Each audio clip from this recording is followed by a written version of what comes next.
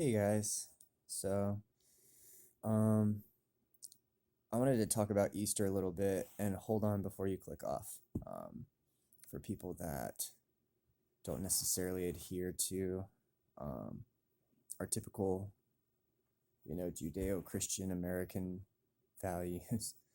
Um, I don't necessarily, but I kind of do. We could talk about that at another point too. It just depends on the way that you look at Christianity. Um, but I just wanted to kind of address kind of a different angle you don't hear often on this concept of resurrection. Um, I know that typically we talk about the symbolism of Jesus dying on the cross and um, coming back to life, and how, you know, typically people talk about how he made that sacrifice for us, and that's why we have the um, freedom and liberation that we do. My take on it is a little different. I've had a lot of people influence me on this, and a lot of my own experiences and stuff have kind of um, also informed this perspective I have. So we're all living beings, and um, the implication of the word life is that um, life and death are somehow separate, when they're really like this whole system, the whole system of the life cycle. And I think that Easter kind of actually can bring our attention to that a little bit, because I have cells in my body. These plants have cells in their body.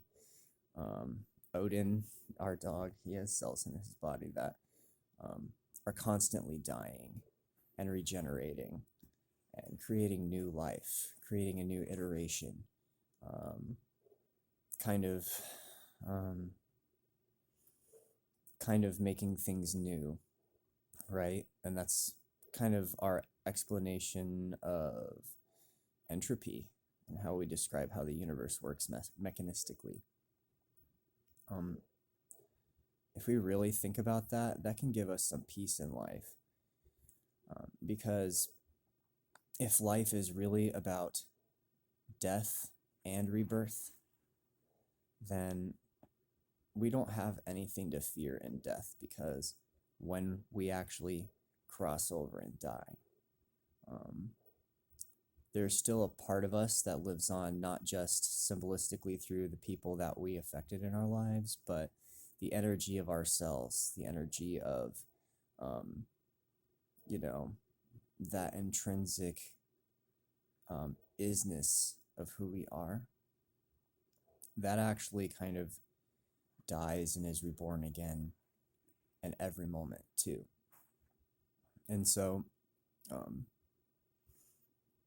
what do we have to fear in death if we are actually going to be reborn? If we are going to be somewhere, you know, here, not somewhere else, but we are going to be here. The spiritual world and the physical world are not separate.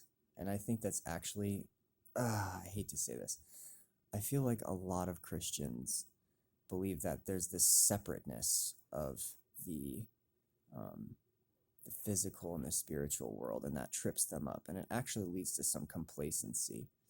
I think that's why our cultural um, and religious uh, leanings in this country kind of can give people this sense of, well, I'm just waiting for Jesus to take me, take me away from all of this suffering.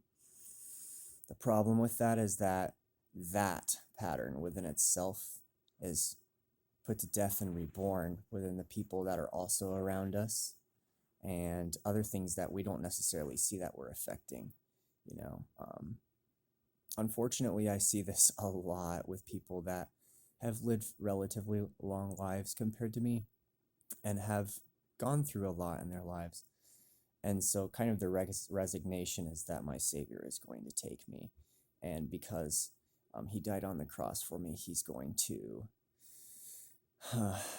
he's going to take it all away from me. I don't have to deal with that anymore. And that's kind of gives them this false sense of security that they really deep down still fear death.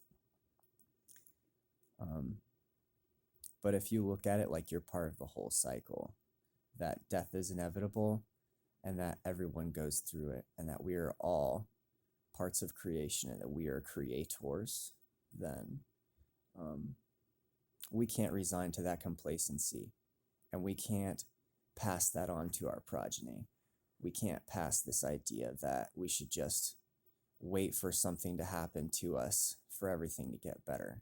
Because I don't personally believe, if you want to use the word God, I don't personally believe that's what God wanted us to do on this earth, is just wait for him to come save us. I think that he showed us, right, if we want to use this terminology once again, he was showing us that we actually, part of our service to others and part of our ministry in life is to seek health, wellness, vitality, fullness in our relationships. And, that's what we want to pass on to our progeny. That's what we want to pass on to all the other people that we love in our lives. We don't want to pass on this idea that they should just give up, right? Do you want to see your grandkids suffer? Do you want to see your kids suffer? Do you want to see your kids suffer? You want to see your friends suffer? Okay, well, that starts with you. That starts with you. You can't just resign to this life of waiting for something to happen that's going to fix things for you and just expect everyone around you to also live a happy, healthy, and vibrant life. You actually need to take that into your hands, and you need to think a little bit deeper about maybe what Easter means. So I love you guys, and I'm sorry for the harsh words.